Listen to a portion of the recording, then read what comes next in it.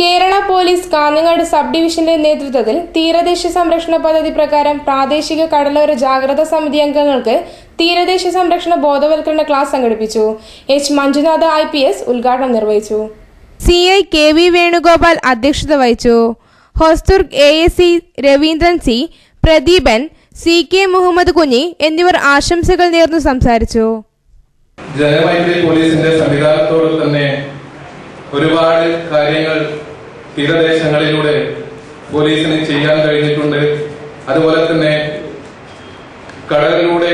കടലോരത്തുള്ള ഭീഷണികൾ ജനമൈത്രി പോലീസിലൂടെ പോലീസ് ഡിപ്പാർട്ട്മെന്റിന് ലഭിച്ചിട്ടുമുണ്ട്.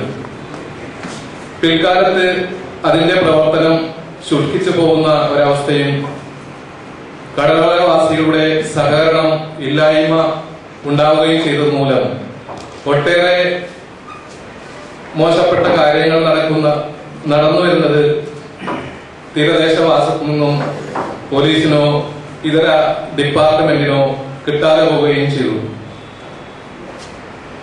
ആ പ്രശ്നങ്ങളിലേക്ക് പോലീസിന്റെ ശ്രദ്ധ തിരിക്കാനും സാധിക്കാതെ വരികയും ചെയ്തു. അതുമൂലം ഈ കടലോരത്ത് ഏറെ ഉണ്ടായിട്ടുള്ള ഇന്നത്തെ ഈ അവസ്ഥയ്ക്ക് കാരണം ഒന്ന് അത് തന്നെയായിരിക്കും. ഏത് പ്രശ്നങ്ങളും ഉടലെടുക്കുമ്പോൾ അത് ആ തദ്ദേശവാസികളായ അവരുടെ വിവരങ്ങൾക്കനുസരിച്ചാണ് പോലീസിന്റെ നീക്കം ഉണ്ടാകുന്നത്.